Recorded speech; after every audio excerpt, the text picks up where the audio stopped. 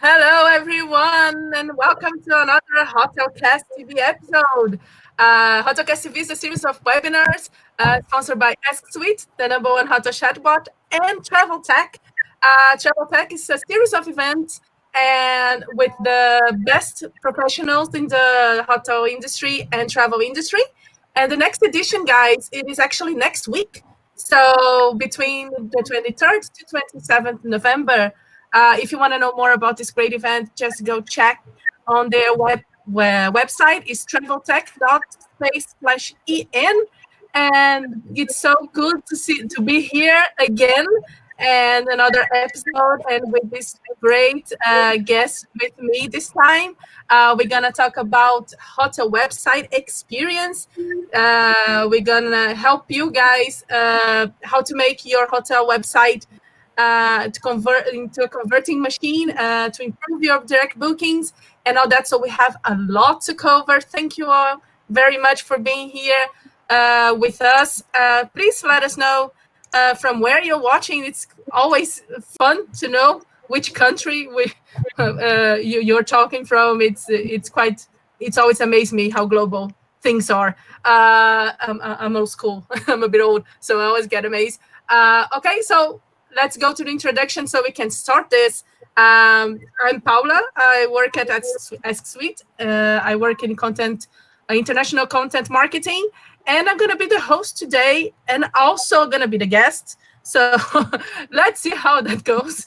I'm here with me. We have Melissa Kavanagh. She is the director of analytics at Fuel Travel. So hi, Melissa. Thank you so much for being with us today, and welcome. Thanks, Paula. It's a pleasure to be here today. Did I say your name right, Melissa? By the way, I forgot to ask you. It's Kavanagh? Close enough. It's Kavanagh, but yes. Good. Okay. Well, thank you so much for being here. We also have Susanne Williams. Hi, Susanne. Susanne, she is the Revenue and Performance Director of Journey Travel. So thank you so much, Susanne, for being here with us. And welcome to the show. Thank you. Glad to be here. And finally, we have Harry Fielder. He is the Managing Director of Human Digital. So hi, Harry. Thank you so much for being here today as well. And welcome to the show. Thank you. Good to be here as well. Yeah, and thank you, of course, all the companies that are involved, Fuel Travel, Journey, and Yumi Digital. Thank you so much, guys, for allowing these experts to be join forces with me today. Okay, so we're going to go directly down to business because we do have a lot to cover, like I said. And our goal here, guys, is that you, after this webinar, you go to your hotel website and actually apply something that we are going to share with you here. So, yeah, so stay tuned. That's going to come tons of tips. And I want to start this workshop by reading, actually, this statistic that I read yesterday when online I was reading, and it's actually from a research from Google, commissioned by Google, and it says, and this is really wows me, that 0.1 second improvement to mobile site speed grew conversion rates by 8.4% and the average order value by 92%. This is a lot, and this, of course, this is not only hotels website we're talking here, we're talking in general, but it also goes hands to hands to Google announcement that they announced that March 2021 is the date for the mobile first index. So I'm gonna invite Melissa now, Melissa, to share your insights and your tips about being mobile friendly, because I think your website, to being mobile friendly, because I think many hotels, they are digital, but not necessarily are thinking about the importance of mobile-friendly website. So could you please just go for it? Absolutely. So we are long past the quote-unquote mobile tipping point, where we're seeing at least 60 to 70% of most of our website traffic coming from a mobile device. And we really need to be thinking not about a mobile-friendly, but a website that is mobile first, because this is only going to increase over time. And clearly Google is saying that in their announcement that they're going to a mobile first index in March of 2021, which means that basically if you have content on your website that is not seen by a mobile device, it's not going to get indexed. This is critical. It's really, really important. So to go along those lines, we want to make sure that everything on the website is in fact mobile friendly. You're looking not only at the content that's on the website and what shows up and that it's fully responsive, that the text size is readable on a mobile device. We want to make sure that your domain is hosted on a secure HTTPS. And as Paula said, it needs to be fast. This is a key part of Google's algorithm is site speed. One of the biggest parts right now that they're looking at is the LCP, which is the largest contentful paint, which I think is a terrible word, but they're going with it.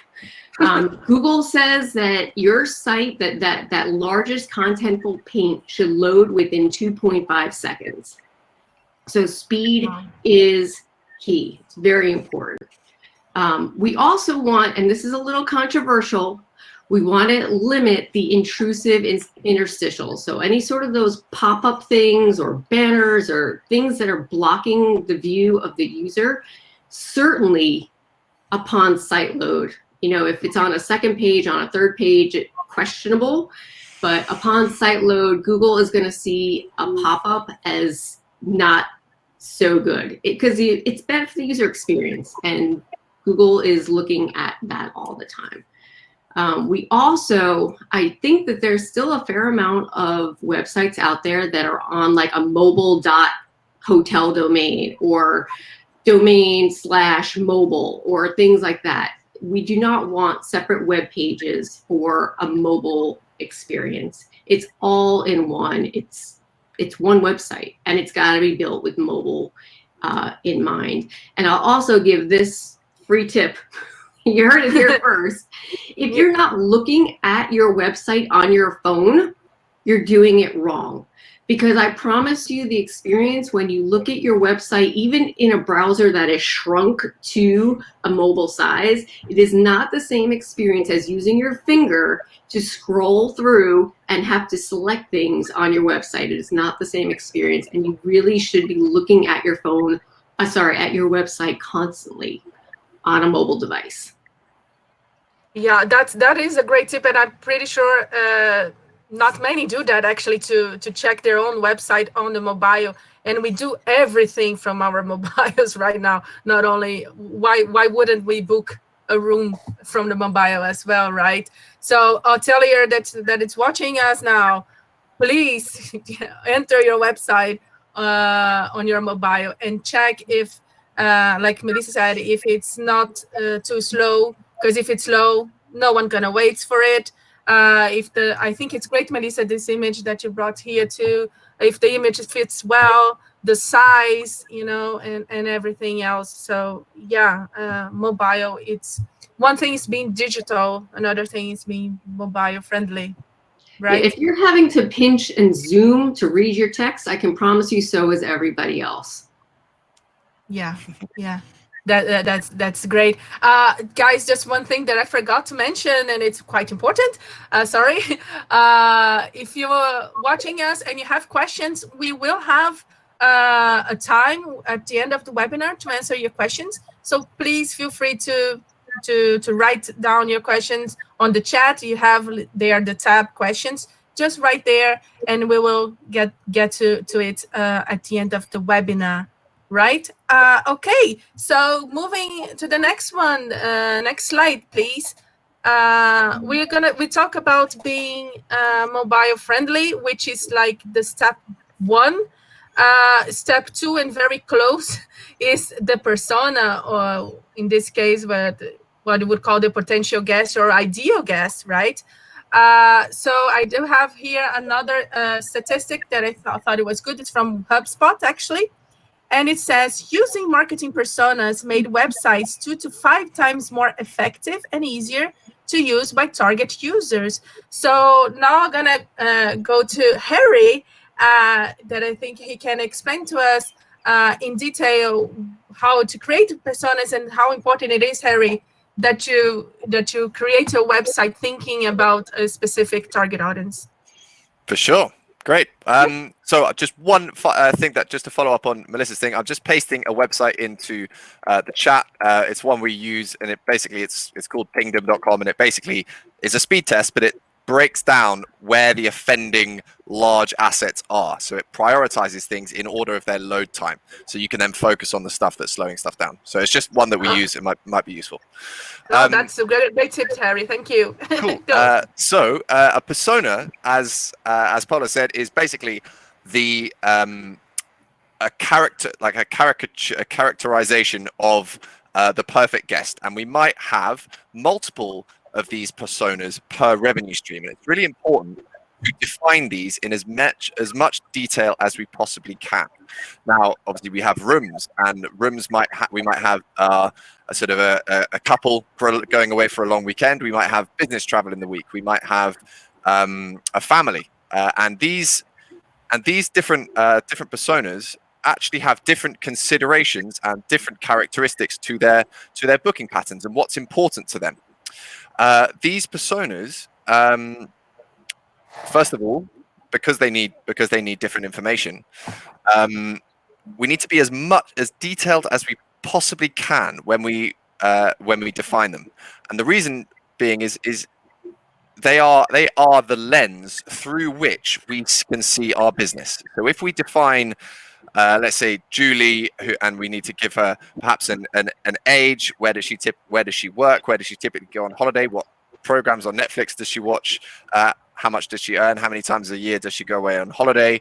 All of these details help us get into her shoes, okay, and see and look at our business through her eyes, and look at our marketing material, look at our and even the product and innovation as well. So it's really important to use data here where possible. So we might have an idea of who these personas are, but can we back that up from information in our PMS? Do we have a breakdown of where people come from, the age, what are their booking habits, etc. And the ideal scenario is we have one complete guest view. Okay, and because if we have our data stored in our CRM, separately our data stored in our PMS, and separately we've got a text message list, and separately we've got our live chat, etc. It's not conducive to one overarching analysis of a persona. So trying to bring as much data together is really important on that. From there, once we've defined our personas, what we want to do is create what's called a jobs to be done framework. And what I mean by that is each persona has important considerations as they move through the buyer cycle. And I've put this flow diagram here just to remind you of what that is. So it's an awareness. I'm aware that I need to travel, whether it's through business or pleasure. The consideration, the active consideration of different options, the decision point, actually the booking process, pre-stay and post-stay. Now, for each persona, so I said activity here, is for each persona, define what is important for each of those people at each stage of the buying process. And once you've defined that actually forms the basis of a content strategy, because your content there simply answers those hurdles for each individual persona. And you can do this in a table. Put the buyer cycle along the top for each persona, write out what is important. And if you define that and put that on a piece of paper in front of you, it will really drive what text and content and messaging you need to be going forward with. So that's a really, really powerful and actually quite simple exercise. And finally, in terms of the micro conversions, we'll go on to sort of conversion rate optimization, I believe in due course. But essentially, in order to track the success or how different personas move through a website, we don't just want to know where people are coming from and what happens at the end, because therefore we have no way of optimizing what's happening in the middle. Okay, and so a jobs to be done, a consideration might be it's important for me to know what the room looks like, or it's important for me to know what the facilities are. Okay. And what we can do is we can actually track the importance and the success of those micro conversions, such as clicking on a booking button, clicking a date selector, swiping a gallery, because lots of micro conversions come together to create a macro conversion. And by using things like Google event tracking, tools like Full Story, I'll post that link in there after this. It's a free tool up to 2,000 sessions a month where you can actually visualize. It records a session of how someone moves through the site and where all the micro conversions come together to create that macro conversion as well. So, sorry. No, just go. Sorry. Oh, okay. Continue, Sorry. I Harry. No. And so I guess the goal here is for each persona, let's say in our meetings and events space, perhaps, we're able to not only craft the messaging directly related to the considerations that we've just mapped out for that persona, but what we can also do is optimize by tracking micro conversions, exactly how that person moves through the site, and if there are any drop-offs or hurdles or content pieces that or objections that they haven't been able to overcome throughout that process, we can go in and fix that. As I said, I'll put the links in. I won't go into too much detail about event tracking and Full Story now, but I'll put some links in there to find out a little bit more.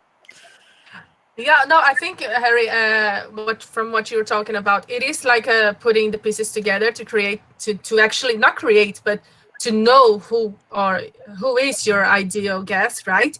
And I do love these micro conversions because I do not think that hotels think too much about it. I think they only think macro, not micro, how you say it in English, the big one, not the small one. So yeah, so I think that is a really nice tip and very insightful. But what I was wondering, Harry, and this question is not only to you, but all the Susanne and Melissa too. Please, you can jump in.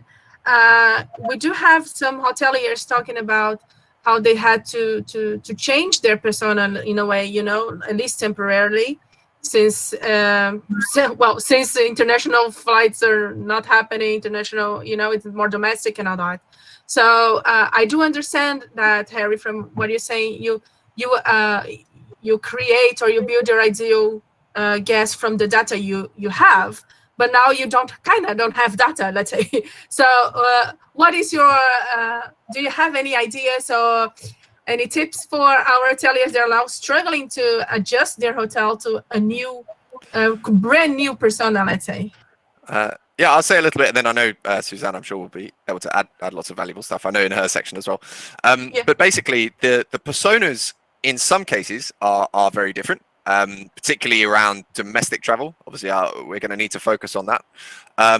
But what I want to kind of also mention is that the personas may actually stay quite similar, but the considerations that persona might have, they may stay. They may also change, but the personas that you have will just have different considerations. What was important to them pre-COVID is probably going to be not that important now, and there might be much more important areas in the current climate. So what's important is to do this on a regular basis. And so these jobs to be done, let's say I'm long weekend, romantic, couple away, what perhaps was an important aspect is to have a buzzing bar, a great atmosphere, might actually be much more tending towards that kind of escapism and the need to get away from everything.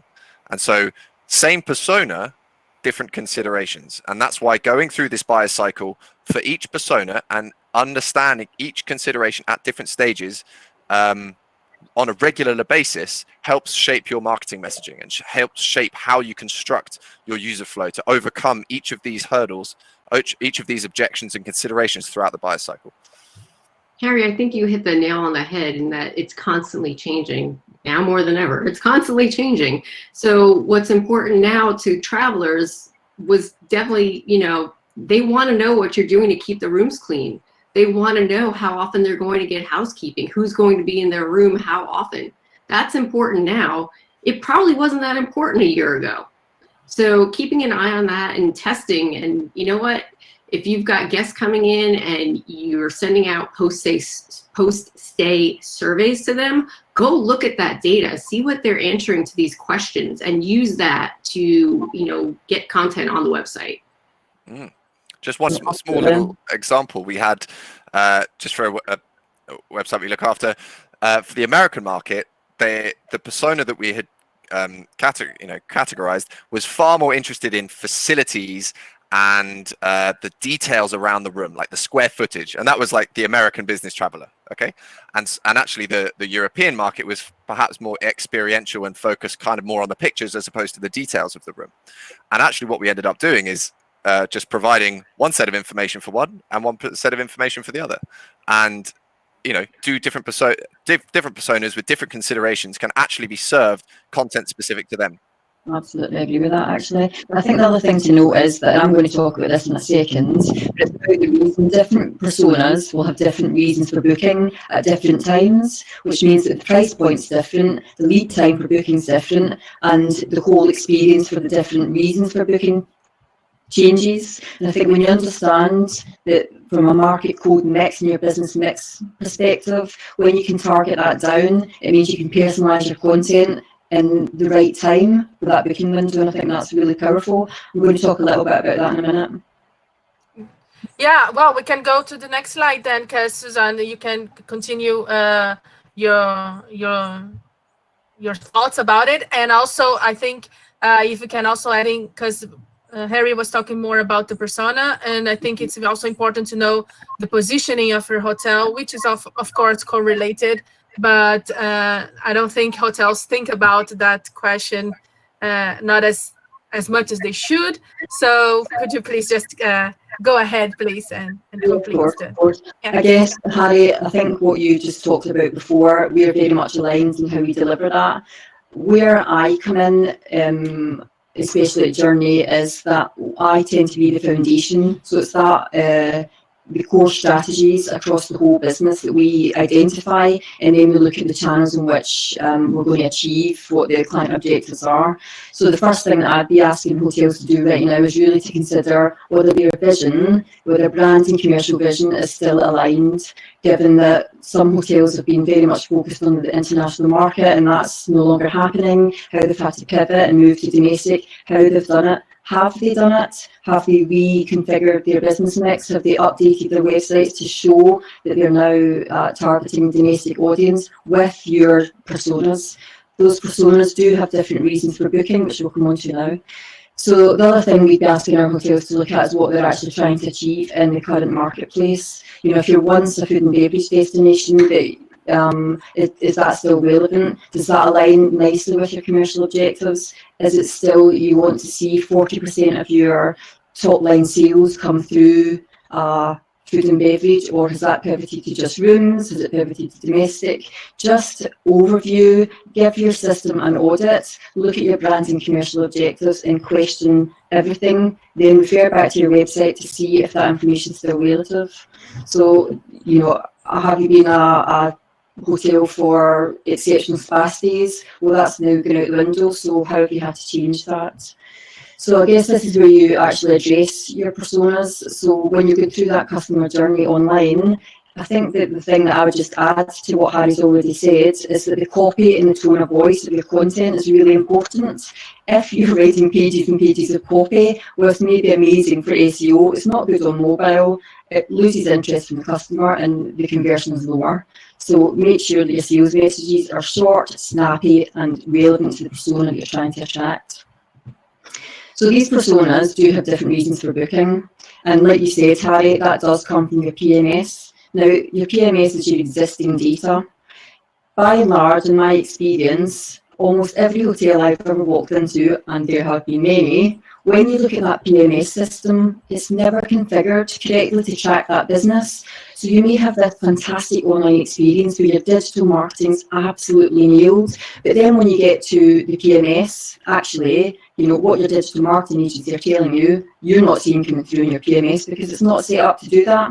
So the first top tip I would say to anyone watching is go to your PMS system, check your coding. So that's your market codes, your source codes, and your channel codes. So your market codes will be your business mix, the reason guests book, whether that's leisure, weddings, events, Celebrations, I mean, you can really go down the mine on these codes. Airlines, big groups, small groups, you can really define very clearly what your audience types are, and then associate the personas that Harry's talking about to that mix.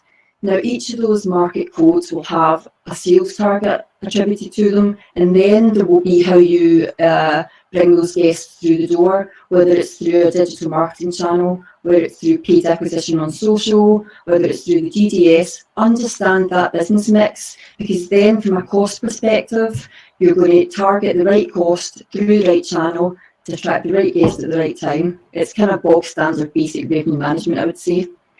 So you look at what they spend, that's the most important thing. Those personas may stay on one occasion as a corporate where they're paying £90 a night. Then they may come back 3 months later where it's a special anniversary and spend £400 a night. So just understand the lead times of those personas booking and the reason for which they're doing it. So data, what to actually look for in your data. You want to create the experience, I'm just going to add that, for those different market codes. If you create the experience specifically for them and you communicate that through your booking engine and your website, your conversion tends to be higher. So when you're looking at positioning, what are you in the marketplace and how do you know that you're positioned correctly? Now, again, I'm the reality, I guess, when it comes to hotel sales and marketing. I'm looking at what price customers are prepared to pay and where that sits in terms of what your perceived competition is.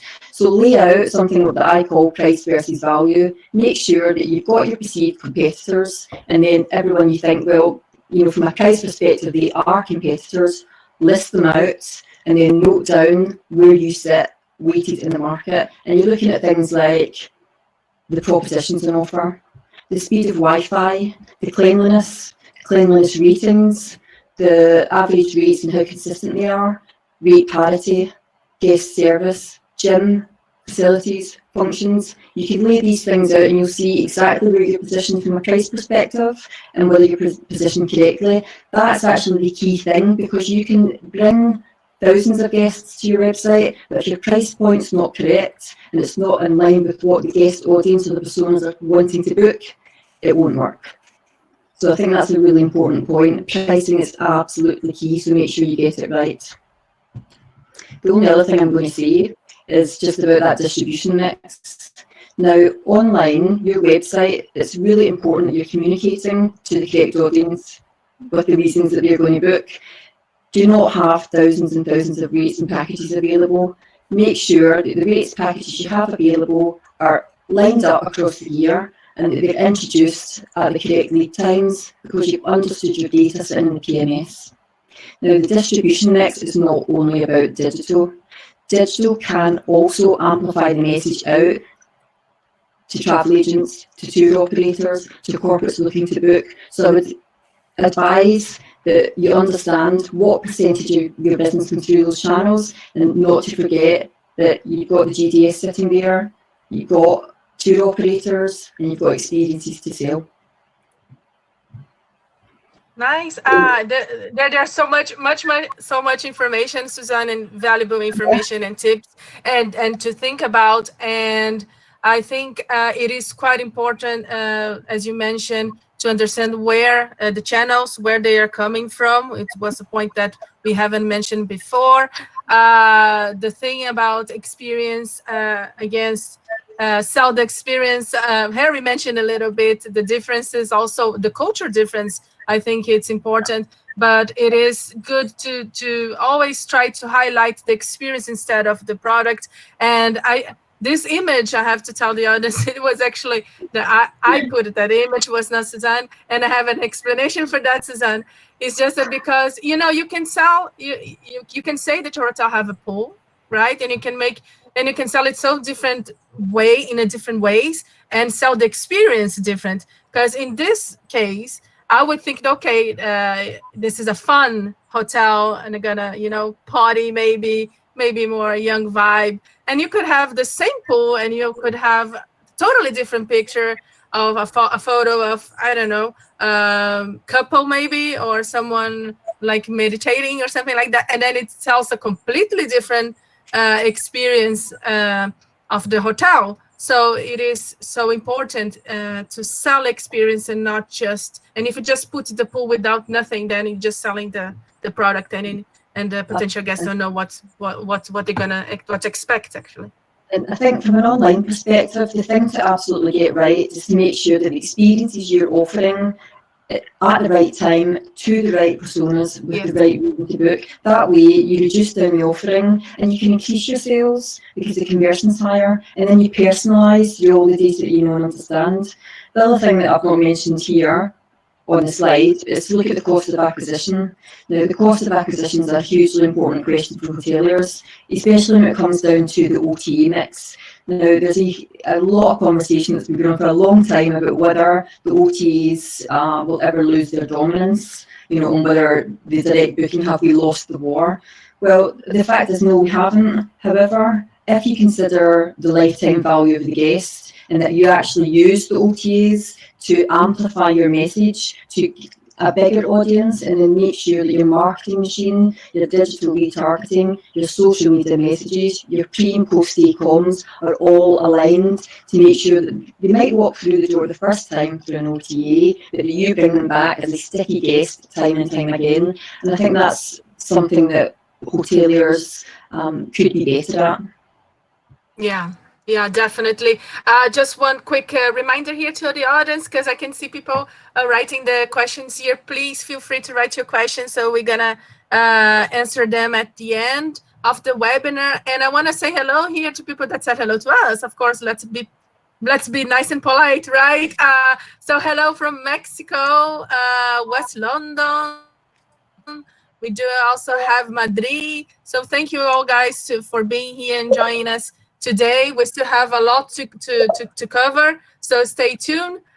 We can go to the next slide, because it is actually almost like a summary of what we say now.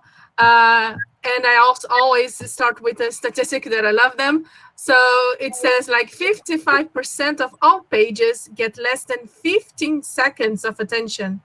That it's like, wow, why bother? It's almost like, okay, so you really have to provide not a good experience, online experience, a great online experience. And the only way you can do that, it is connecting. And it's what Susanne said and Harry said. The only way to connect, you have to know your target audience, so they can relate it to what your content and your images and your pictures. Everything has to be aligned. Like Melissa said as well, it have to be a good online experience in terms of it's fast, it's easy also to navigate. So we put here one example actually of a website, and it is quite a clean design. People understand where they have to go to do whatever they want to, what kind of information they want. It is a print screen, but it's in reality, this website, it is a video, which is very, very nice too. I know that you might think, it is an investment, it takes money, but I personally think it's worth it to have professional pictures. If you want to do video, do a professional one as well. It will go back. It gets back to you. The investment. So again, easy to navigate. Combine different mediums, like we all said before too. Videos, pictures, testimonials, reviews. Why not use them? Use them. Calls to action. Calls to action, there are the buttons. I get always amazed when I want to travel and when I want to book on a hotel, that some hotel websites, they're so hard to book the room. I mean, you go to the room tab and then you read about the room, and then you have to go to another tab, and then and then you have, oh no, what is the policy? And then you go back to it. Then I don't have the time. People don't have the time. I've got a question about the call to action, and especially top right hand part of the screen, and that the book a room icon sits there. Now I've got a question about what colour that should be to Harry and Melissa. What colour should that call to action button be? That's a very good question. If I had to plan it, I would do a bit of multivariate testing. I'd put lots of different Same colors. answer. I'd use an accent color from my brand palette, and then maybe try some variations on that. Test it out. Test it out. Your opinion doesn't matter. Yeah. Sorry? Yeah. Sorry, go, Anissa. I was just saying, the person who's designing the website, your opinion doesn't matter. It's what the users want. So test it. Yeah. What works best. Yeah. We have a fun phrase that we sometimes use called the hippo, which is the highest paid person's opinion, and it often gets in the way of things. It deals with the subjective rather than the objective, and I think quite often, particularly, to be fair, when people are very perhaps an owner that maybe isn't operationally that involved will come in and essentially just sort of veto the objective options, and we'll go with the subjective options, and it leaves the optimization team and the design team with quite stringent parameters in which to work. We always say, let the data tell you. Yeah. Don't be a hippo. Yeah, no, you both, of course, right. We do tests for ourselves, and we tell our clients as well. I don't think you have a recipe, unfortunately, for what color, what way, but I think the thing here is to make it easy for the user to find it and to know what they are getting when they're clicking, and make it as easy as possible to book in this case, because this is the main goal, of course, of any hotel website. Thinking about again the persona, I think Harry nailed it too when he said we tend to do that. I have to admit, I am a content writer, and sometimes we write for ourselves.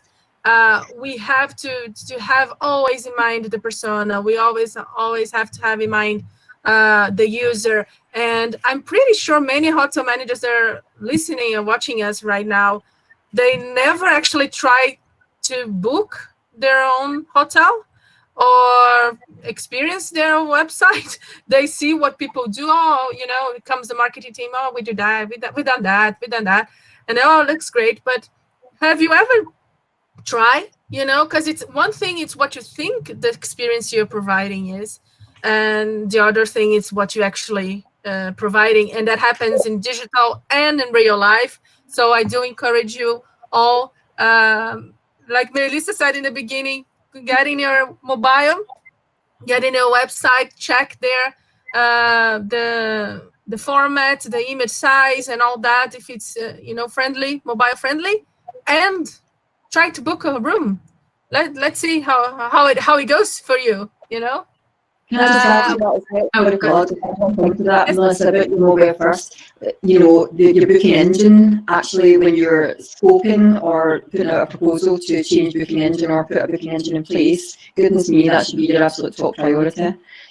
Check it out, make sure that it's absolutely responsive, because your designer and your hotel's not in control of that. It usually goes to the platform of said booking engine. It's a question to ask.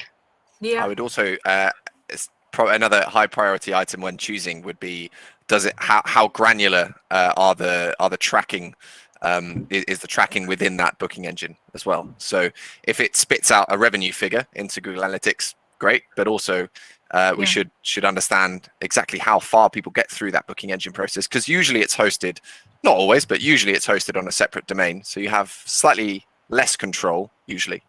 You're kind of at the mercy of the booking engine provider with regards to tracking, I would say, as a handy. We'll get to that in a little question. bit.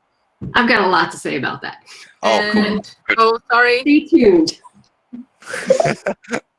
So can I just add one other bit actually onto what Harry said, just about the digital, the tracking? I think one of the things that, it's an absolute pain point, isn't it? That you've got your Google Analytics, the tracking goes so far, but then actually that revenue does not hit the PMS, because the tracking doesn't go all the way through to the PMS.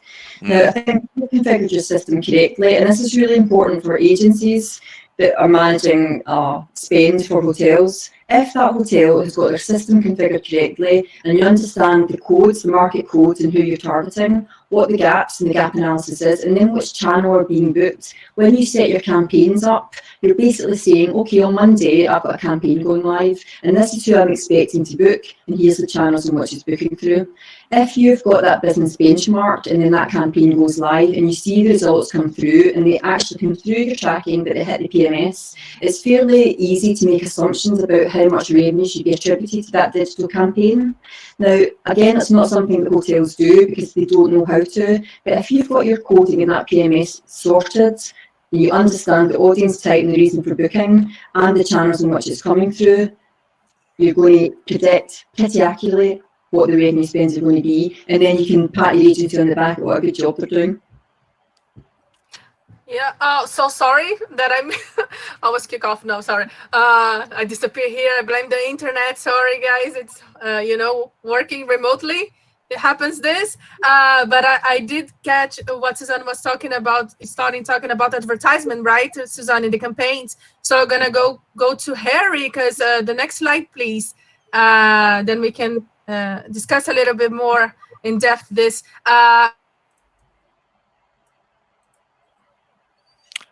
All right. I'm not sure. Sorry, yeah, you cut out just very briefly there. Do you want to put on to the next slide, and then in case you go again? Hi, Great, everyone. okay. Hello. No, I'll crack on. So yes, I'll be talking a little bit about sort of PPC and Google Hotel Thank you, Ads, Harry. more specifically search advertising. PPC, obviously, I suppose a lot of it gets attributed to Google in terms of when we talk about PPC, but search advertising generally. So it's a lot of change happening in the advertising space, particularly. I guess the last year has been the year of the evolution of Google Hotel Ads, and people have been using that more and more as a very valuable channel. And as the stat showed in the previous slide, achieving over 10 as a return on advertising spend. When you compare that, I know it handles a slightly different part of the buyer's cycle to normal. Perhaps the discovery phase, which perhaps might be more attributed to regular search advertising. So going for those competitive search terms, sort of hotel in London or whatever, it's still showing an incredibly strong return on advertising spend. So just going through some of these points, responsive ads. These are kind of key trends that we're expecting to see. So responsive ads, Google is reducing it's the data that it gives you over all the time, and it's called data obfuscation. And we're going to have less and less control ultimately over our ability to target certain things, and that's because Google are kind of pushing towards this this notion of, hang on, just let us manage it because our AI and our machine learning is just going to do it all for you. Okay, which is kind of, it's great in principle. Realistically, you lose control and you have you're kind of at the mercy of their AI and the machine learning. But when it comes to responsive ads, ultimately from a display point of view, Google are getting better. They're still not perfect at creating responsive creative for you. It's still quite clunky, and that's why it's not particularly well used in the luxury space. However, I'm told, and I understand, that this is going to be improving significantly, as is kind of what Google are trying to offer the market in exchange for restricting one's control and one's visibility of all the data. With that said, so I think there is space there for innovating and just testing it out and one to be aware of. It's really important also to fuel your ads with as much data as you possibly can. Setting search ads going and optimizing them over time is fantastic. However, actually what we need to be doing, back onto those micro conversions that I was speaking about, we can actually build very, very, very specific audiences within our advertising platforms based on user behavior. Okay, so for example, if I have got to a specific point in the booking engine, having clicked on specific room types, I can actually create a segment and an audience within my ads platform for that. Most hotels, from our experience, don't do this, and they don't link user behavior with advert segmentation. And it's such a, it just uses event tracking, and it uses regular Google Analytics with some custom events attached to it, and it automatically plays very nicely with Google Ads, and you can create segments and import those into Google Ads. So whoever's looking after that advertising tip here would be, whoever's looking after your advertising, make sure you're building audiences based on user behavior. And you can even go so far as if they're adding children into the children date picker on the website booking widget, put them into a family bracket, right? Into an audience with a family bracket. You can also do it with dates. You can use custom dimensions and custom metrics to capture things like dates, and an extensive use of the data layer using things like Google Tag Manager is going to just really enhance your ability to deploy very relevant ads where possible. Google's not the only one. Obviously, these audience segmentation tools are available in Facebook and subsequently Instagram and that whole platform there. But there are also other advertising, like Amazon is flying in terms of its new advertising offering. You've got other niche search engines like Ecosia, which is kind of an eco-friendly search engine, right? Now, most hotels don't advertise on there, but Booking.com does. And so if you're going after brand protection and you're bidding on your own key name, which is kind of almost step one in digital advertising, is bid on your own name so that you can convert someone. Booking.com is bidding, and Expedia, they're booking on Ecosia and all these other niche search engines. Even though the traffic's not high, it's kind of a quick win, right? And so there are other platforms, and I'd recommend having a look at some of those because they're quite interesting.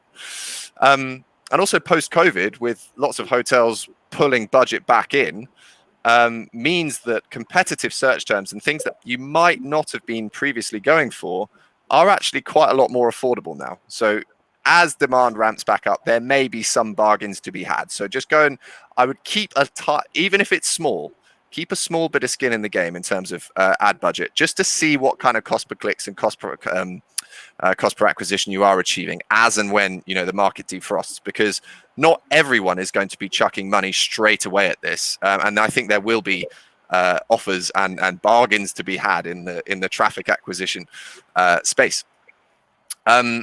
So if we go to Google Hotel Ads, I'm not sure why responsive ads is there a couple of times. Ignore the second one.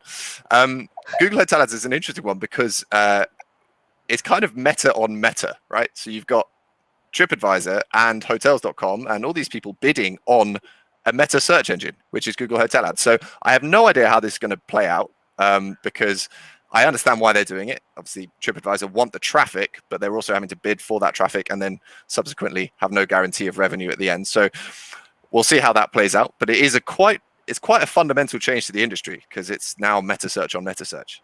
But Google Hotel Ads, my top tip here is revenue has to talk to marketing, because with Google Hotel Ads, you can target very specific days and certain stay lengths and on specific dates, as I said. So surely in 9 weeks' time, if we've got a gap for this particular room type, marketing need to know that because they can tweak their advertising campaign specifically for that weekend. And typically revenue and marketing don't talk enough to each other, I believe. But this is a massive reason to do that, because you can use Google Hotel Ads to really smooth an occupancy and really target those off-peak things. Connectivity has always been a bit tricky, and it's kind of dominated by a few big connectivity providers. You've got your Ads Hotel, your SiteMinder offer it as part of their channel manager, and there are increasingly more people. But unless you have a big piece of tech, you're unlikely to be able to do the connectivity yourself. However, this will change, and it will become much easier for individuals to manage their own and control their own advertising through Google Hotel Ads. At the moment, you pretty much have to go through a connectivity partner who's going to charge you. Well, in SiteMinder, it's a percentage of the booking. For others, it's like a percentage of your media spend. But there will open connectivity is coming. And just a final one on this. You can now actually on the image on the right, it has been seen that Google Hotel Ads is starting to show some organic results. How it picks that up, I don't know, but it is starting to, and we're digging into it. But it's an interesting one because there will start to be organic areas within the Google Hotel Ads and sort of Hotel Finder and even Google flights as well. there will start to be organic listings within and non-paid for stuff, in the same way that you have with normal search results. You have your ads and your not paid ads and your organic. So that's just an interesting one to look out for. But yeah, I guess top tips there: fuel your ads with as much user behavior data as you possibly can, and get your revenue management team to talk to marketing as much as you can. Marketing should have a full occupancy for the next several months, every week, to be able to tweak all this stuff. If it is your marketing team that's looking after it. If not, send it to the agency that is looking after.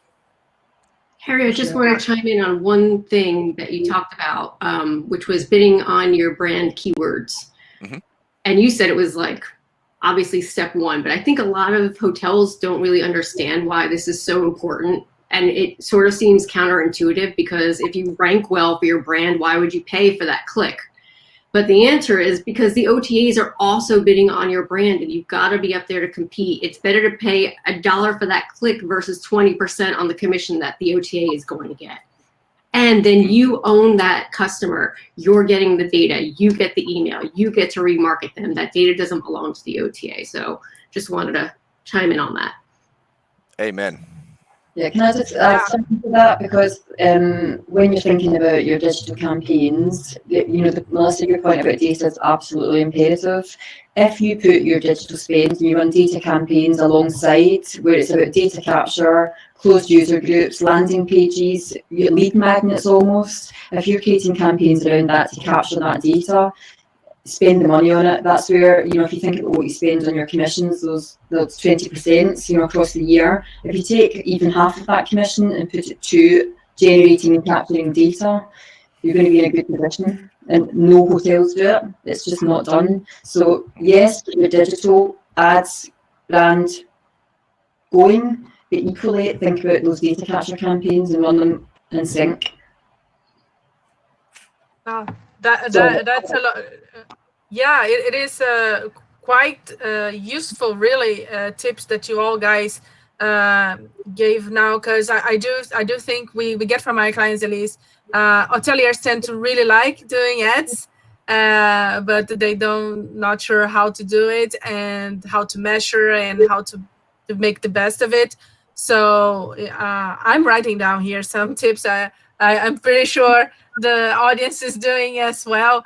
So moving on to the next slide, because we still have some great topics to cover. And thank you everybody for watching us. And I know that some people got some questions. We're gonna get to them at the end of the workshop. So stay tuned. Okay, so another statistic here that it's quite of the core of why hotel websites experiences are so important is that 700 million people will be booking their hotel rooms online by 2023. That is a lot of people, and it's a lot of possibilities, right? So going to the next slide, please. Melissa, I think you can talk about in details about the booking process, which we already mentioned a little bit in the beginning of the workshop. But you can, could you please just go in details here for us? Right. So your booking engine needs to be frictionless. And if I was on my podcast, I'm just going to say it. Your booking engine needs to not suck. It needs to do a good job. It really does. You can and say here. A lot of crappy booking engines out there. I'm just going to be honest. That's what I'm paid to do. I'm paid to be honest. No, you can say it here, Melissa. Feel free to. It's already out, unless I've been done. This is such a critical part of the booking process. And if your consumer reaches a roadblock or gets frustrated, they're going to leave you and they're going to go to, who has a great mobile booking process is an OTA. They do a great job. Let's keep them in your funnel and get them through the process. So first of all, let's talk about the bare minimums. I mean, really bare minimums. Your booking engine needs to get rates in real time from your PMS. You can't have stagnant rates or just a rate grid. You need real rates getting fed from your PMS in real time. My humble opinion as the director of analytics at my agency is that it absolutely needs to integrate seamlessly with an analytics tool, whether that be Google or Adobe or whatever analytics tool you're using. It should be not just a report out of the booking engine company to say, here's how much you booked, but you need to be able to line that up with the source, with your campaigns. You need to know what you're getting from an ROAS perspective in real time through your analytics system. And hopefully it's not just the transaction. As Harry said, we feel, gonna shameless plug, we do have a booking engine and we built it with analytics first. So we have an entire data layer where you can pull the date search, the dates booked, the booking window, the length of stay, the package that was booked. Pretty much any nook or cranny you can get into your analytics system, because you can't make decisions unless you have the data to make those decisions on. So step number 2, hopefully in an ideal world, it would live on the same domain as your website. Most, I'm going to say, booking engines do not. It can be a little bit confusing for the user when you're switching from one URL to another. So ideally, it sits on the same domain. It needs to meet all the accessibility and privacy requirements. And depending on where you are on the globe, obviously that's going to be different, but we're looking at GDPR, PCI, etc. It has to meet all those things. You do not want a lawsuit on your hands. You need to meet those requirements. Now, if you're getting into more bells and whistles, but still things that are really important, it should match the look and feel of your website. The booking engine should look the same. It shouldn't look like you've entered a whole different world. It needs to match the front of your website. Headers, footers, all those things need to match. Ideally, you've got some filters set up. So if you have, 10 different room types, you want the user to be able to filter how many people does this sleep, or how many beds does it have, or what is the view? Is it ocean view, lake view, street view? Depending on your hotel, obviously those things will differ. The ability to, possibly favorite or compare different rooms. Again, this is going to depend on your situation and how many, if you've only got 2 or 3 different room types, maybe that's not so critical. Hopefully there's a place where you can have social proof or messaging that gives you sort of that FOMO, fear of missing out, that says, hey, this room has been booked 10 times in the last hour, or 20 people are looking at this room right now. That psychological messaging can really push the user forward. There's a reason that it's there. It's because it works. And again, OTAs do a great job. If you want to see how a great booking engine works, go to Expedia. Go look at booking.com. They do a great job at this, and you've got to be able to compete with that. So that's my little rant on booking engines. It's got to work. It's got to work for you and not against you. Melissa, you are a hero after my own heart. Can I just say something? Yeah, sure, of course. Go ahead. With the booking engine and integrating them with the PMS, from a selfish commercial perspective, it's really important that the restrictions, if you're not running an RMS system and you're a small hotel, it's really important that the booking engine and the PMS sync on stay controls. So if you've got minimal length of stays, open departure, close to arrival, it's really, really important that syncs through, and not every booking engine does that. So that's another top priority. Yeah, Absolutely. I remember not so long ago. I'm not that old, but anyway, when I worked in the hotel industry, you didn't have this integration, and so each time comes a reservation, you have to, oh my God, let me, update the PMS, and then you have to update all the OTAs as well, and then it's overbooking was almost for sure, and it was crazy. So you do have a lot of softwares and that can help you do this work, and not only help you hotelier, but the main goal is to make, like Melissa is, to make good for the user, for the online visitor, and not make them go to especially to OTA or your competitor. So yeah, it is vital, and it's like Susanne pointed out, it still have many booking engines that are not integrated and doesn't work like that. So I would recommend all the hoteliers to look out the options that are out there. Continue to this booking process. If we go to the next slide, because I'm going to go to Susanne, because I think it's combined these two topics, which is the fragmented experience, right, Susanne? So I have here like 88% of travelers with smartphones, again, the importance of being mobile friendly, would switch to another site or app if yours doesn't satisfy their needs. I mean, if they don't find what they're looking for, or if they think it's like Susan put it in the next slide, fragmented, and they cannot do what they want, they will leave your website for sure. So Susan, can you just go a little bit in depth of this fragmented customer user journey, please? Yeah, I guess I think what I'm doing here is kind of stating the obvious, and it's a massive pain point for hotels because there is no technology yet that exists that can really offer the user experience that, say, a retail provider can, where you actually go through the process, you add your bedroom to the basket, you add your spa treatment to the basket, you may buy a gift voucher or some spa products or spa treatments. That does not exist right now in the marketplace. So if you think about all the work that's done trying to craft this fantastic user experience, if you're a 5-star resort in the Maldives, you know, and you're wanting that business to come to you direct, it's typically unlikely that you're not going to be able to provide an online experience that takes into consideration everything that guest is going to want to do as part of their experience.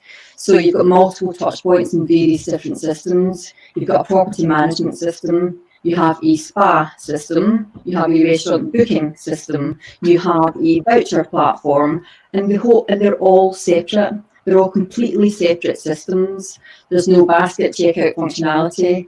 You can't customize your stay. So it's a real challenge for hoteliers that are looking to offer this top-notch online experience and invest money and time crafting amazing websites, fantastic digital campaigns, good online experiences through all social channels, and yet we fall down at this very last hurdle. So I just wanted to highlight that, and also that technology, I call it sexy tech. There's so much technology out there, and it's a real avalanche for hotels to try and sift through exactly what's right for their business. What I would say is that when you're thinking about your marketing and the user journey, put these things at the top of the priority list. When new technology emerges, and we've got something launching in January, so keep an eye on that.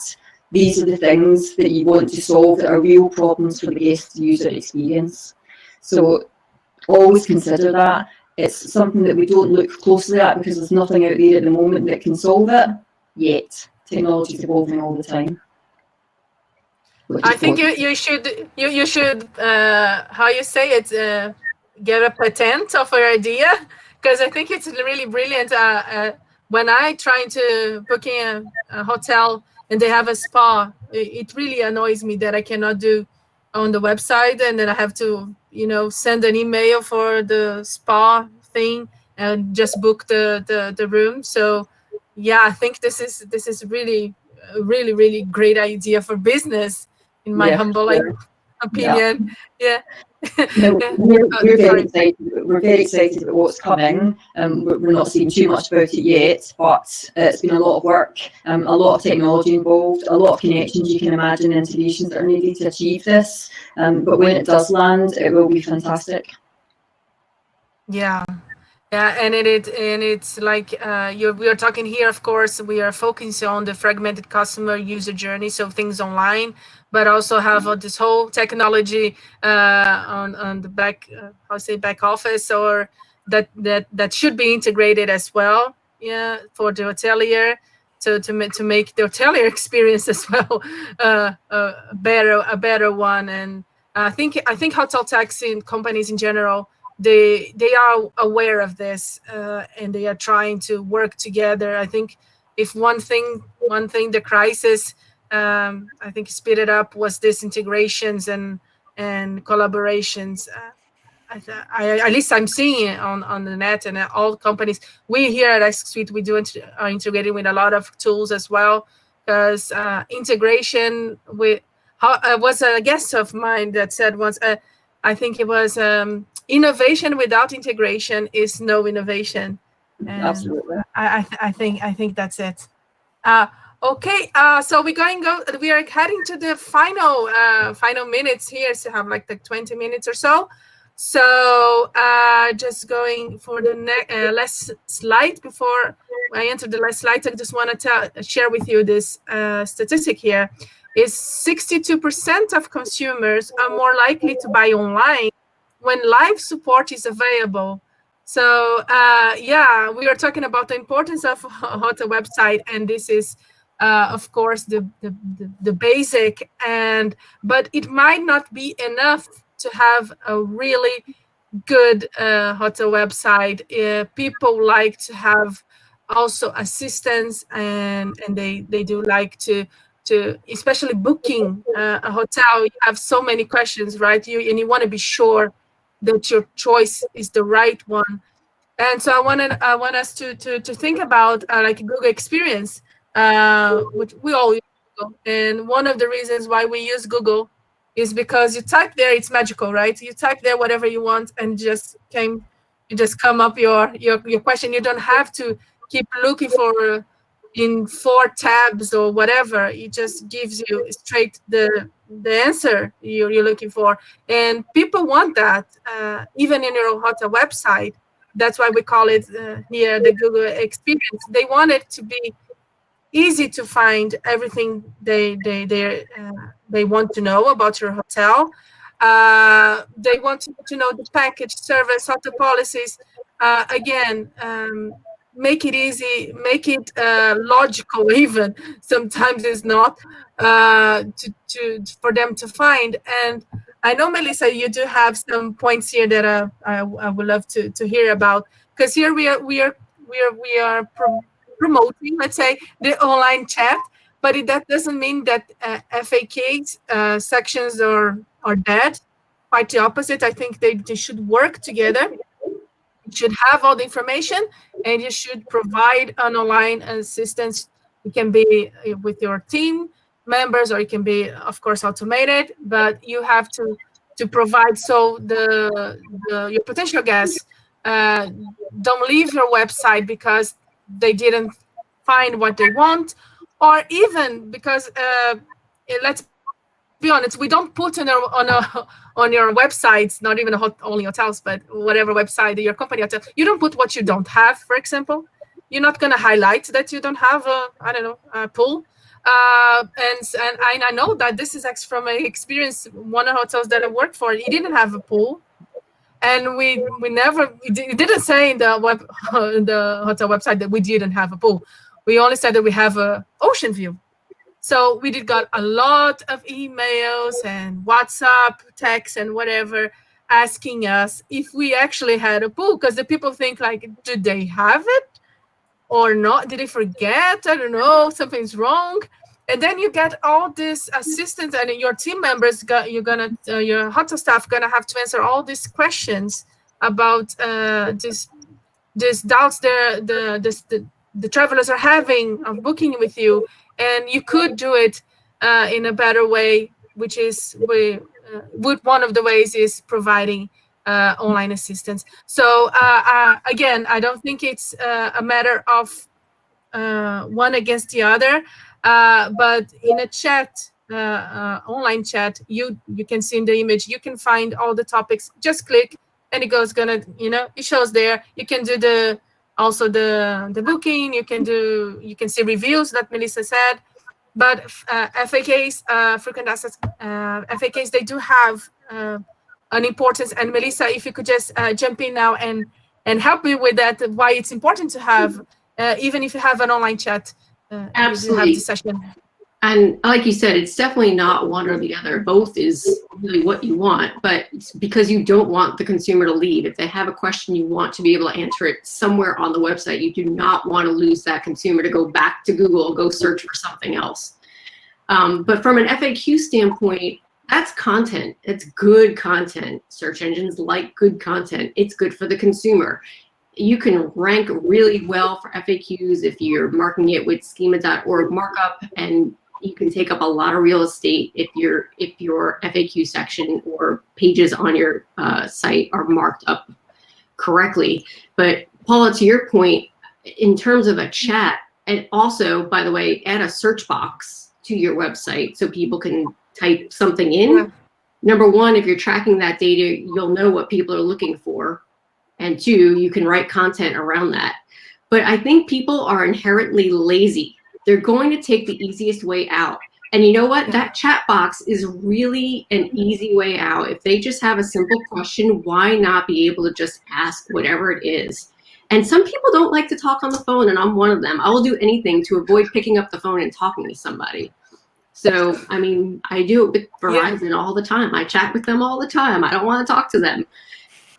Don't give them a reason to leave. Also, maybe put some reviews on your website, because they're going to go to TripAdvisor to read them. You might as well put them on your website, because that's another reason people will leave your website. Yeah. So, yeah. Put answer all the questions. Yeah, and you're talking about the reviews. Like I said, there are some chatbots there that you can put on the chat reviews right when it's showing the room, and social proof. It's so important, right? And especially now, we are so hesitating. Yeah, we're hesitating to travel. So and of course, it's much more powerful if you read someone that been there.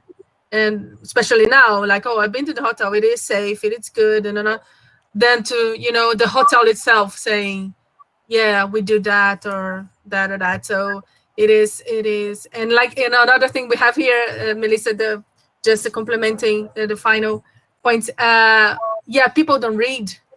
People don't read. And people like shortcuts. I think I have here also a statistic about it, and if I'm not mistaken, people only read around 20% of the content of a page. So yeah, if I can find it, or if it's too long test, or if it's complicated, I'm not gonna do it. We got used to easy solutions and quick fix and all that. So, and that behavior, it's also on travelers, of course. So yeah, any other final thoughts here, guys, about this whole hotel website experience, that maybe you have like a final tip or insight or consideration before we go to the questions that are coming to us? I just have one thing about Harry's point, because this is something that's very close to my heart, and it's about revenue marketing and the communications, and how you can easily show and communicate to marketing on a day-by-day basis. So I would suggest that hotels put together something called a daily pace report. Now, what the daily pace is you look at 365 days ahead, and you look at the rooms that you sold yesterday, the rooms that you sold today, the variance on rooms sold and rate, and then the comparisons to last year. If you're looking at that and pulling that information off 365 days in advance, then you create a little summary flash report on the first page, and you send it out to your marketing team so that they can see every single day what's moving, what's working, what's not working, and what the total sales are looking like. It gives you a real idea of the pace of the business, when campaigns are working, when they're not. We do forecast by segment and channel each week, but this is just a daily update so that your digital guys and your marketing team can see what the commercials are. And I would also say that every single thing that happens from a digital and marketing perspective has to have a commercial objective. Right. Harry, any final thoughts before we go here through the questions?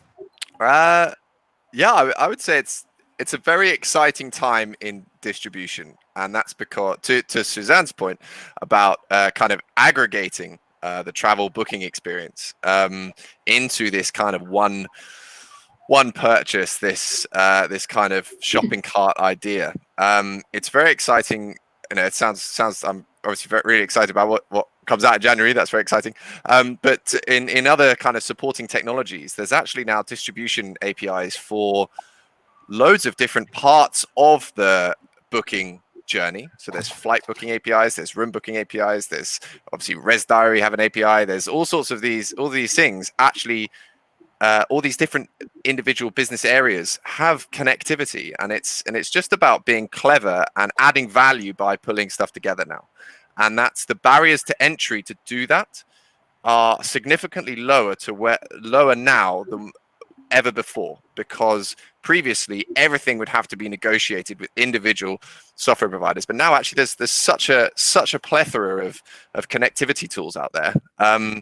And it's now going to be the exciting thing now. It's not going to be probably a bespoke solution for every single individual person, but it allows us to be really creative with how we distribute.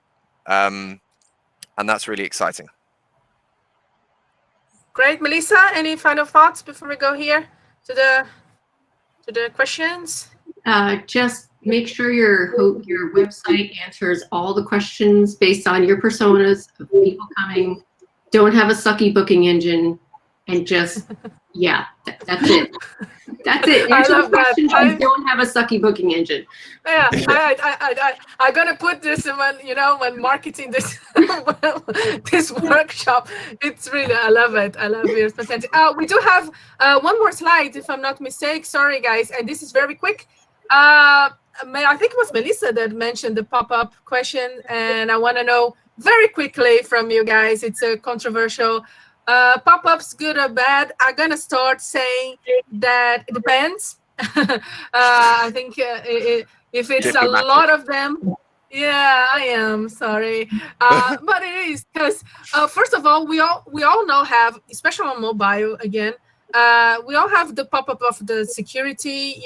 Now that you have to accept the terms, blah blah blah. It's already one that it's already in your face. Right. And then if you have like too many in the same page, I personally hate to close it. So I think it does have a point of having it. It is important to have it at some some places on your website. But too many of them, I think it ruined the experience. And you can have a pop-up are quite aggressive, so you have to you use it carefully and wisely. And some people are doing like pop-up like for online chat actually, which is a little bit it's more nice way, just asking if you want help, I'm here, and that's it. So yeah, for me, it's actually, I'm sorry, it's not a thumbs up or thumbs down. It's somewhere in between. Susanne, what about you? Oh, I think based on Melissa's comments earlier, I'd be saying bad, especially absolutely no on mobile. But then, again, it depends, because if you are introducing a pop-up at certain stages of the funnel, and you're saying, you're getting close to conversion, but we're not getting anywhere, and you're offering some 20% discounts off, and it pops up, perhaps. So on the fence. Yeah. Really? Yeah. Melissa, you started the question, so. I think that on mobile, upon opening a website, it's a hard no for me. You're all, like you said, you're already getting the cookie agreement, and a lot of hotels are now actually have a COVID statement. You can't even see the screen already. So I say on mobile, it's a hard no on the first page for sure. On desktop, I'm a little more accepting of that, and I hate to admit it. We've done testing on like email captures on the first screen, and we haven't seen any negatives on desktop on a pop-up. So that's nice. I would have liked to have proved that wrong, because I hate them, but again, we go by what the data says. So yeah, that's where I stand on that. You can change if you're in the booking process and you're getting that little nudge, I think that's probably okay. Again, depending on what it looks like on your mobile device. You can change the results, right, Melissa? No, you can argue with me, but you can't argue with data. Yeah. So Harry, you quick, what is your opinion? Bad, good?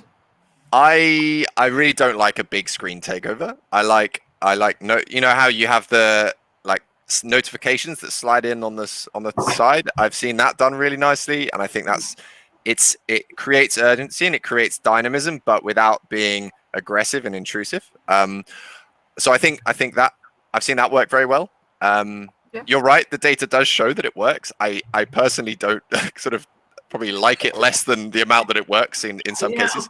But I would also try to strive for, if we're saying something, if we're trying to say a message every time, like a really important message, I would always strive to try and build that into my native content more, so that we can actually communicate important stuff through content of our site, and B, make the content on our site dynamic and smart. And so if our pop-up is saying welcome back, here's last time you were here you saw this, why doesn't the content of our website actually do that as well? Are the cover image actually, if they'd spent more time in meetings and events, show a meetings and events, or actually within a little kind of grid at the bottom, last time you saw these room types, and actually making the content of the page dynamic, so you actually need the pop-ups less because the content itself is more relevant. But yeah, it does work. Unfortunately. Yeah. Okay, so let's go to the question, guys, because it's time is up here. Unfortunately, won't be able to each of you answer all the questions because it wouldn't have the time for that. So I'm gonna read the question, and it feels like it's a competition. Who raised their hand first? No, I'm kidding. But yeah, it will be something like that. I'm gonna read the question, and please feel free to just jump in and answer. So we have one here. What is your experience and advice in web tracking statistics? Most current browsers turn off tracking by default. I have the experience with clients who had erratic statistics as a result. Anyone more familiar with that topic? That would, okay, Harry, Give it a go, you can raise your hand.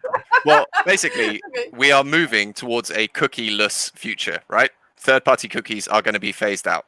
So we're going to have to get used to partial data sets.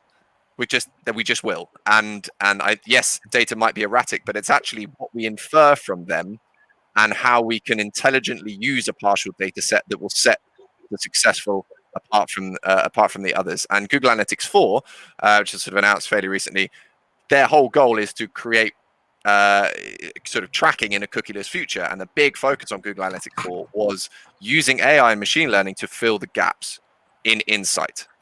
And so yes, a lot of browsers, and I think we'll have to be used to tracking not working perfectly in every single case, but we will still have the ability to have partial data sets, and it's about what we do with those partial data sets. And GA4 suggests that it's going to be quite good at inferring and filling the gaps.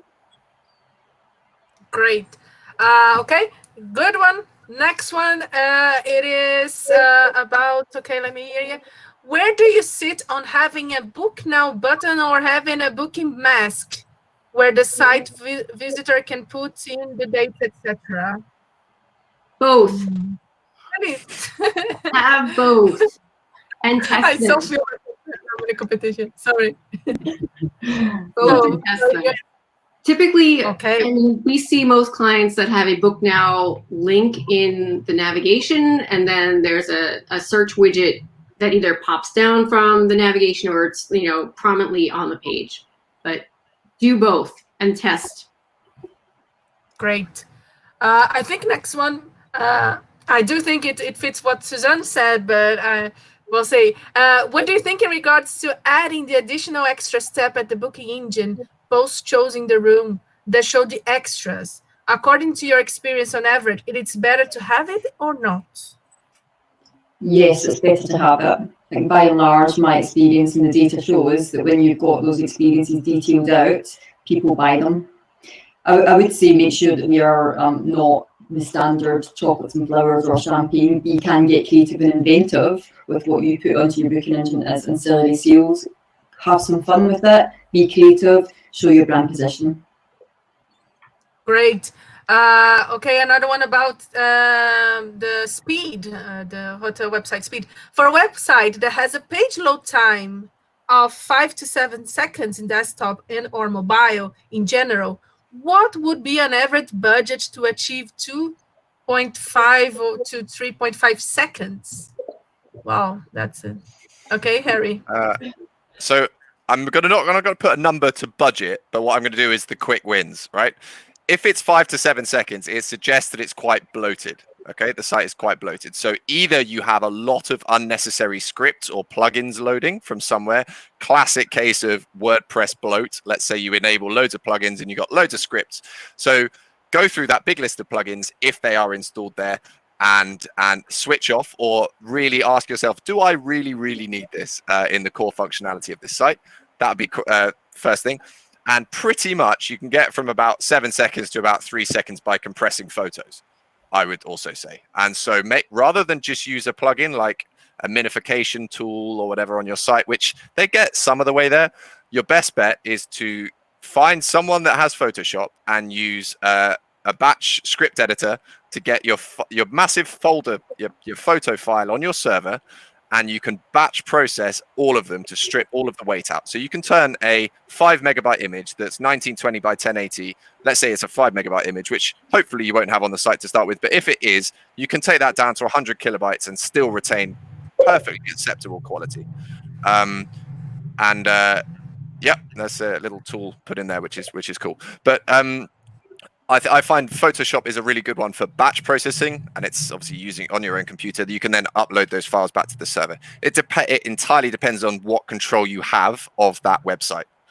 If it is just a self-hosted WordPress thing, you might be able to log in and do that to the photos. You might also be able to trim the fat on the plugin side of things. But realistically, I think you should get from 7 seconds to 3 seconds in without too much stress, and just by reducing bloat, in my opinion. I don't know if anyone else. Last question. Last question, guys. Any suggestions for getting best hotel direct rate out on Meta versus OTA promotions? That's a 1 billion question. And anyone would like to add something to that? Can you read that again? Yeah, sure. Is that in the questions? Yeah, no. This one is in the chat. Sorry. Oh, it's in the chat. Okay, yeah. sorry. Yeah. It's from, let me take to here again that I lost it. Karen, any suggestions for getting best hotel direct rate out on Meta versus OTA promotions? Wait.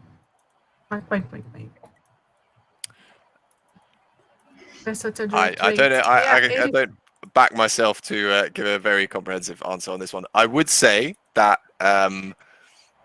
you can have, so I'm speaking Google Hotel Ads wise right now, because I know tools like Ads Hotel also can populate Meta, and you can create rate plans that are not available through the OTAs, and you can create your own rate plans, particularly, and be quite innovative with those. And it's not necessarily you're not necessarily undermining your price parity, because actually you're creating specific rate plans that you're only making available on certain channels, and through certain areas. And my suggestion on this one would be play around with having closed rates. So sign up and access X, right? A lot of people are doing that. So you can counter rate parity by offering it to a closed community and saying a members only rate, and you can actually push that through Google Hotel Ads. So you can actually have a lower price on a particular room, but have a little crossed out members only kind of thing, and that goes through then a payment, a sort of VIP members area type thing. So I'd recommend looking at that as a way to distribute innovative rates and potentially more competitive rates, but they have to be packaged slightly differently, so you're not going head to head on a particular undercut. And I would also just say in general, hopefully your website has a lower rate, even if it's by $1, than what your OTAs are showing. Your own hotel should never be more than an OTA, because you're going to lose that booking. The thing about that is that from what you see, and also from what you see too, the thing to do is to control your inventory, so don't offer every room type out. The fact is that OTAs will price shop you and then you will be penalised. So for example, booking.com, if you don't have a 30-day rate parity that matches what booking.com sell, then they'll take an early booking discount and apply 20% discount to that price. So even though booking.com is still paying you the rate you're advertising, they're taking the 20% discount off it and splitting the commission in effect with the guest. It's really important to note that. Now, from an inventory control perspective, you do not have to give every single rate and room type out to the OTAs, particularly when it comes to bed and breakfast rates and room only. What I would always suggest to our hotels is if you have a room only rate, have it available at a lower price on your website and then do an added value. Sometimes to a closed user group, sometimes not. You can play about with when and who you target. Don't have it available on OTAs, and then you're going to push out without annoying all the third-party channels that are going to penalise you for it. You're going to push out your correct rates. But if you just take money off, you'll get penalised by the OTAs, unfortunately. It's an early booking discount. That's what they do. And again, can you guys hear me? Yes. Yeah. Okay. So Oh, we've lost her. Anyway, I think that was all the questions. Yeah. I think we can talk about distribution for hours. You know, yeah, for sure. And I think the piece that we didn't really touch on because it's not digital is the CRS, that CRS system that sits in line with your PMS and where that distributes out to. Because there's something called screen scraping, and in your CRS, you can be pushing out to channels that you don't even realise that you're sitting on, and they're screen scraping and then discounting. It's an absolute minefield. You need to get your rate structure correct and know where your distribution channels sit. For sure. I don't know if Leandro is still online, and maybe he could. Hey! Now, sorry. Okay, this is like the worst internet connection ever in my life. I'm really, really sorry, guys. Sorry, audience as well, that I disappeared. But yeah, I think you managed well. Thank God I have good guests like yourself, so to help me when I need it. So thank you. I just want to actually finish the workshop because it is time, and so I wanted just to thank you. Thank you, Melissa, for coming and for joining us, for giving so many good tips, and yeah, for being part of this episode. Thanks you so much for having me. Thank you, Susanne, as well, for joining us today. It was great to hear about your tips, and I really, really love the idea that your idea of the booking not.